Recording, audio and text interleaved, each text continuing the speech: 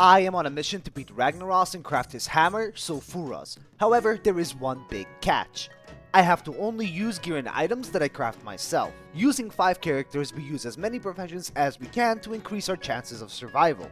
Last week we ran the Dead Mines as a tank, tanking for our first ever time on hardcore, and getting level 20 on almost all of our characters. This week is all about progressing on our warrior, grinding levels, items, professions, and skills, barely surviving some bad decisions, and crafting some of the biggest upgrades we have ever had. Welcome back to Hardcore CraftedLocked. Logging into our warrior, we are in Redridge, and at level 21. With just a sliver of XP left to level 22. We check our mail and pick up all of the items we had sent over from our other characters. Flying to Stormwind and heading over to the Dwarven District. We sell all of our junk and smelt down all of the copper ore into bars, and all of our tin ore into tin bars, and finally craft some more bronze bars. For the next upgrades, we need a lot of bronze, not just for items, but also to simply level up our blacksmithing to the appropriate level. Going into the bank, we deposit as many things as we can, and we also learn the recipe for the Murloc fin soup, courtesy of our rogue. Send over some materials via mail, and then get to leveling our blacksmithing by crafting rough bronze leggings. Reaching level 120 at blacksmithing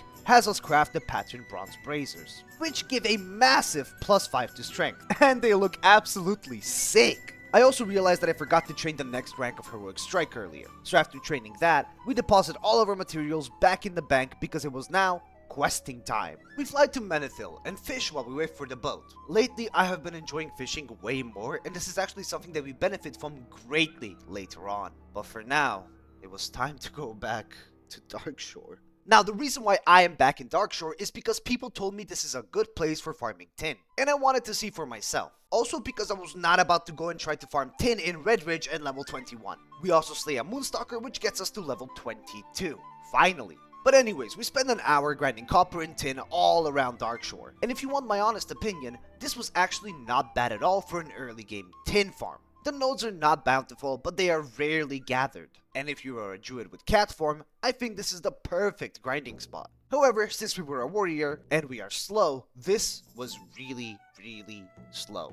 We even ventured down to Ashenvale and tried to get a couple of ores. After one whole hour of grinding, we were now at 26 tin. Now, the only good thing about bronze is that it uses a copper and a tin bar, and gives you 2 bronze bars. While you are out farming tin, you will get a ton of copper as well, so this is actually really good. This also means that we had 52 bronze bars. And after making even more leggings, we were now finally at level 125 blacksmithing. Keep in mind that at this point, every level of blacksmithing is 6 bars, so it's not too bad, but it was about to get a whole lot worse. One other bad thing about Darkshore is that there is no blacksmithing trainer in Darnassus, or at least not an expert blacksmither, so we can't learn any new recipes. So we harf back to Stormwind, pick up all of our materials from the bank, and head back to our trainer. It was now time to craft an insane upgrade, an item swap which we do not have yet equipped. We craft the silvered bronze shoulders. If you remember back in the Dead Mines, we got this shoulder recipe, and I said that I can't wait to craft them. Well, we are finally here.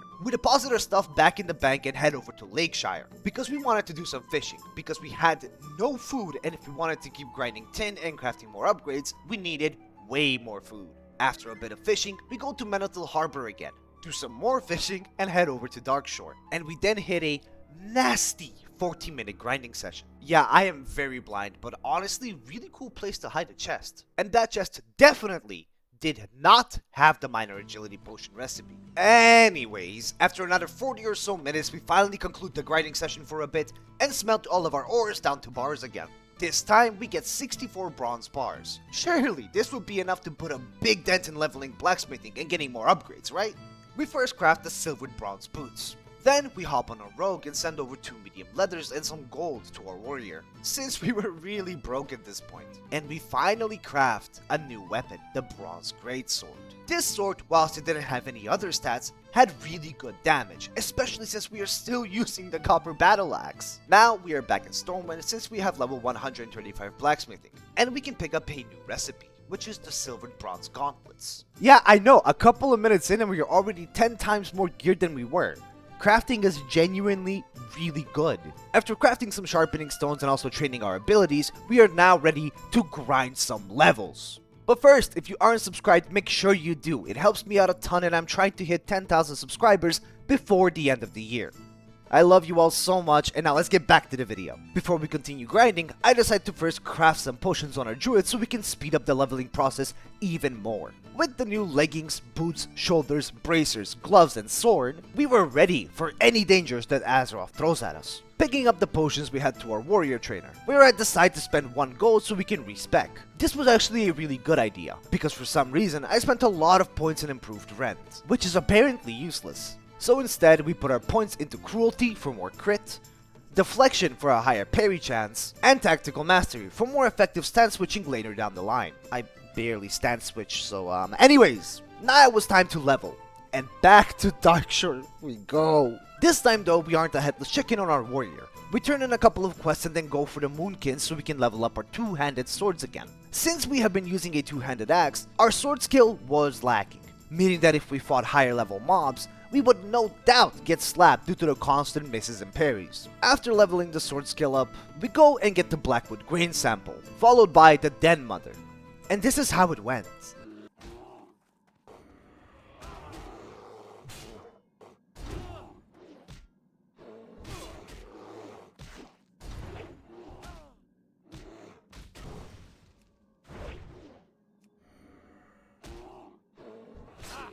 Yeah, this new gear is insanely good. And luckily we never got our butt knocked into the ground by the cubs, which is usually what gets you killed. We finally pop all of our potions and get the Blackwood nut sample, followed by the fruit sample. Now it was time to face this guy. I'm not even gonna try to pronounce his name. Some other party steals our tag, but that's fine because his demon bag is left on the ground completely unattended. That same party later went into the Cliff Spring Falls cave, and at this point it was a competition on who can loot the most quest items. I even steal a chest from right under this rogue's nose. You snooze, you lose. Anyhow, we get the last mushroom and get out of the cave, turning in the Blackwood Corrupted, Cave Mushrooms, Vendoring Trash, and Thornarium's Hope. Checking our mailbox, we get introduced to Vervain's Manifesto. I think Darkshore is starting to make her lose her mind, but I digress. We then speak to a big tree, who sends us to go and squash the Twilight Disciples and Thugs, use the File of Scurrying, click the book, and escort Therilune. And now it's time for another escort quest. This time, however, it was Professor Rem Travel. And god damn, this new gear is powerful. I mean, we get attacked by 2 or 3 mobs at the same time, and we are completely fine. And we also grab a chest. The escort was actually completely fine, except at one point when there were 3 golems on me, and I got a little too close for comfort. With all of the escort quests done for now, it was time to get the rest of the beach sea turtles. Thankfully, there was also a hunter doing the same quest, so it was way easier than usual. We grabbed all the remains and then Minx died to fire at level 3. Damn it, Minx. Anyways, we focused on killing Murkdeep now. To spawn him, you have to kill the Murlocs around this camp. And the more you kill, more waves spawn, until finally, Murkdeep arrives. And by using Cleave, getting him down was really simple, and we didn't even drop below 80% HP. With all of the quests finished, we went back to the big tree, turned in the quest, and then decided to wait a little bit for the sleeping druid to spawn. After I eventually gave up, I walked down to Ashenvale, forgot to restart the recording, did a couple of quests there, and flew back to Darkshore. Turned in a few quests and then logged back on our priest. The reason why we are on our priest is so we can craft woolen bags for our warrior, since backspace was becoming an issue again. After sending over the bags, we get back on our warrior, equip them, and fly back to Ashenvale. We were on the hunt for Elune's Tear, and after grabbing it, we returned to Peltura's White Moon. And ding! Level 23. After which it was time for the handfuls of stardust from the weeds around the ruins. We turned in Therilune's escape, and then discovered Tyrannus' corpse. So we had to grind Murlocs in this area for a single glowing gem. When this happened...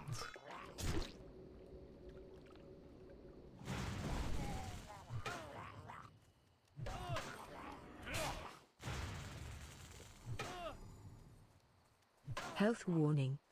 The chances of me surviving that were so low, that last shock that Murloc casted could have actually been the end of me. This is actually how Leve died on his mage. He didn't want to use a potion and ended up getting critted, so it was a real eye-opening experience. We spent a good 20 minutes farming these warlocks, not getting the gem, and then instead decide to farm the Nagas for their heads and interact with this random statue on the floor. Finishing the heads, we head back and turn in the quests. And now it was time to farm even more Murlocs. After 30 more minutes, we finally get the damn gem, and we were off on our merry way. Back at Ashenvale, we turn in all of the quests, fly back to Darkshore, turn in more quests, now they're Nas's. I first waste a bit of time, finally find the quest giver, and harf back to Ashenvale. At this point, I'm not sure if I like Ashenvale. Thankfully, we went to the Stone Talon Mountains instead, did some fishing, and got some firefin snappers. I'm still unsure what these are used for, but I will gather them. And we then accept all of the quests in the Stone Talon Mountains. Before we continue, I'd like to point your eyes at the join button.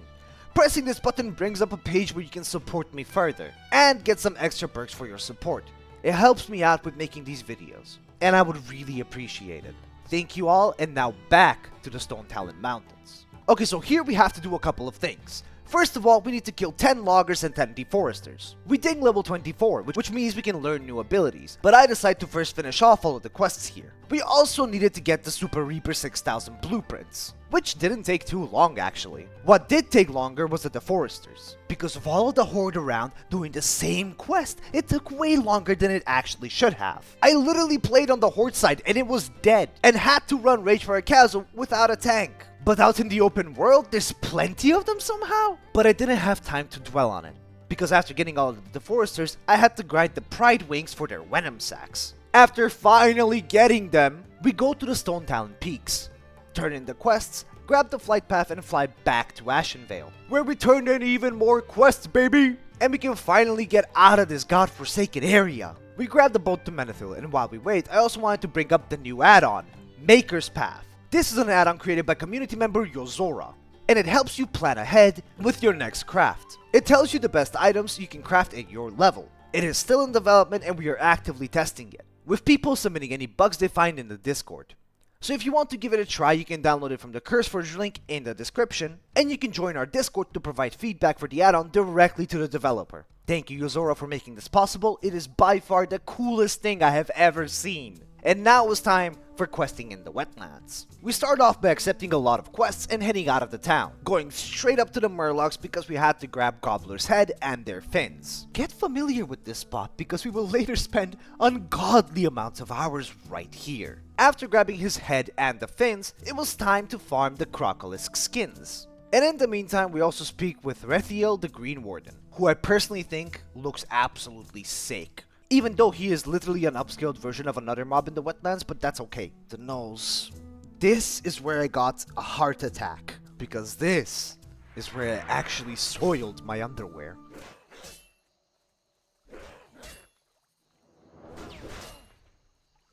Health warning.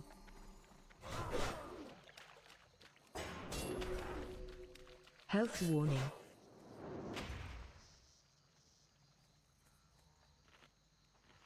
Literally survived from one tick of a bandage. That's how close it was. If I died right here, I would have had to restart over 200 hours of progress. Anyways, we keep grinding Crocolisks and gnolls. We grab some tin, and all that was left is to get the mongrels and the Crocolisk skins. We finish up the mongrels and the Crocolisks, talk to Moss Daddy, turn in quests, and go back to Menethil.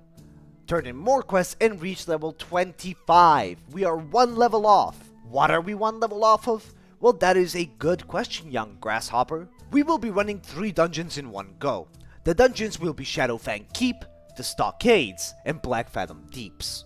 However, in order to do this little world tour, we will need to get to level 26. Everyone else was ready at that level apart from me. So in typical slacky fashion, I was slacking behind. Kind of how I'm slacking with writing the script. It's 5 AM and I just started locking in on writing the script. It's not good. If anyone knows how to stop procrastinating, please let me know. There is literally a guild message of the day set up by Vervain for people to bully me off of WoW so I can do the video. I am so cooked, chat. But like, one quick League Arena game though, like just one quick. Let's go! Okay, well, we fly back to Ironforge and instantly go to train our class spells. We train Heroic Strike, Demo Shout, and my personal favorite, Execute. We take the tram to Stormwind, buy some spices, turn in some more quests, and then fly to Westfall. This was when I decided to start up the stream while I was questing. Yes, by the way, I am trying to get back into streaming. I am planning on streaming almost every day next week, so you can catch me live on Twitch at SakiBoy3312. The link is in the description. Drop a follow and enjoy the vibes. I also wanted to show off the shirt my friend made. This is a shirt he made for my birthday when I moved back to my country. By the way, I think I can finally say it, I am from Macedonia. We first decided to go to Darkshore and pick up the quest to kill the wolves for their flanks, as well as hunting the starving dire wolves and the rabid dire wolves. After farming for a bit and turning in a couple of quests, we decided we should do some fishing because we were yet again running out of food. We first fished in Redridge and then moved to Booty Bay because here is where we can both level our fishing and get better items in general, including food.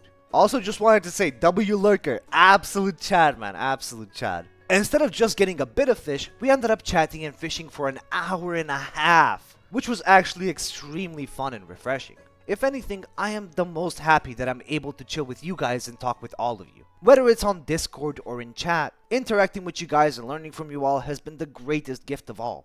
So thank you. You guys have no idea how much I love you all. After getting out of Booty Bay, we go to Stormwind and head to the bank, where my wife decided to give me a tattoo, which I actually still have. Anyways, we head over to the Dwarven District and smelt down all the tin and copper. And of course, craft some more rough bronze leggings. Back at the bank while sorting out our bags, Not Funny Locke was trying his best to be funny by showing me his agility potions. I bear no hatred towards Not Funny Locke, and in the terrible case of his death, I'd like it to be known that I had nothing to do with it.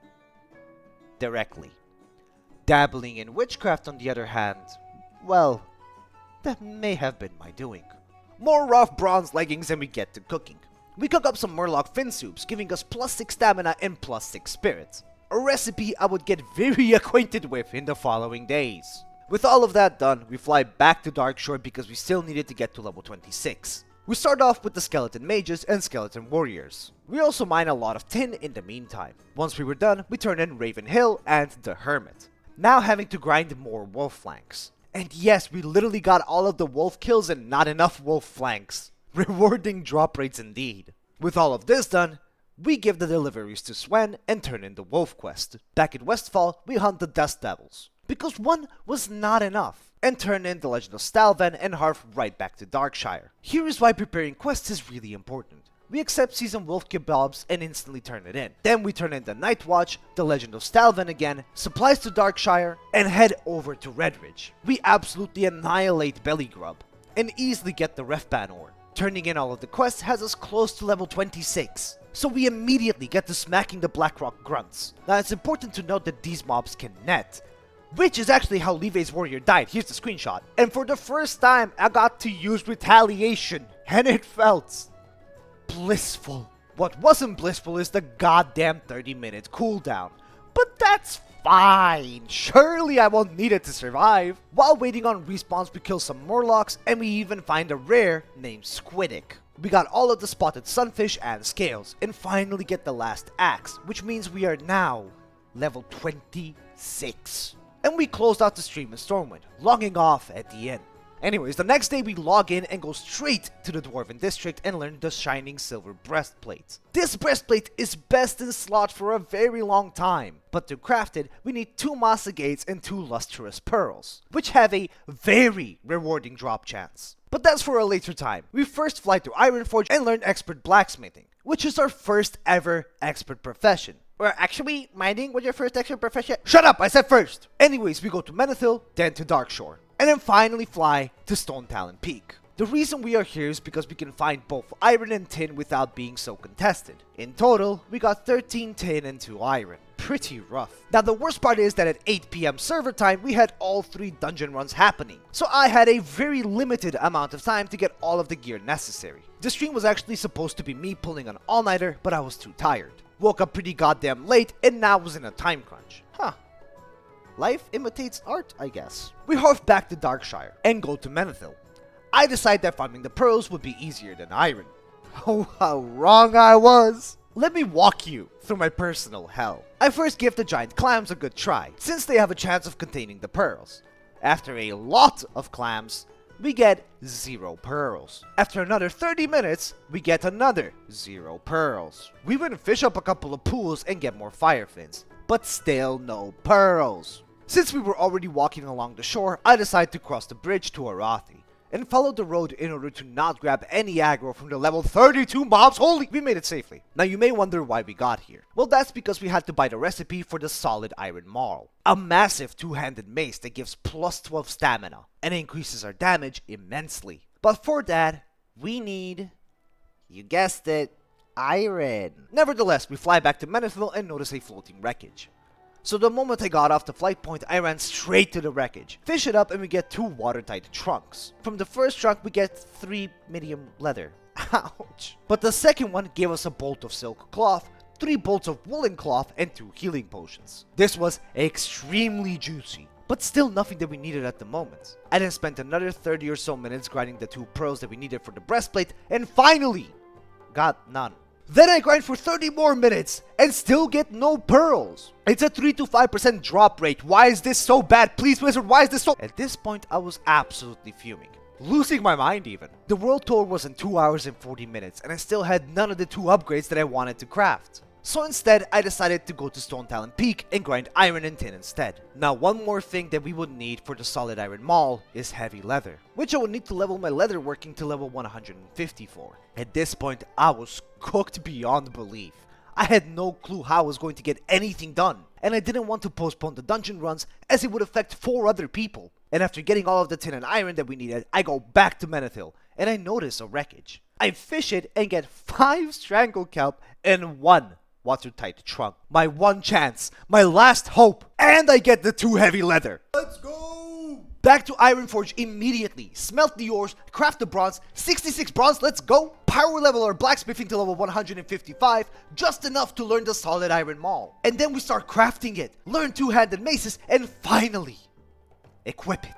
Now for the final preparations. More Murloc fin soup, because at this point we stocked up a lot of Murloc fins. So we end up crafting 28 Murloc fin soups, meaning that for the whole duration of all the dungeons, we would be set on food buffs. And then we head back to Menethil. With a bit over 1 hour left to spare, we grind some more, level our 2-handed maces skill, and try to get those goddamn pearls. And this time we actually get a pearl! Let's go!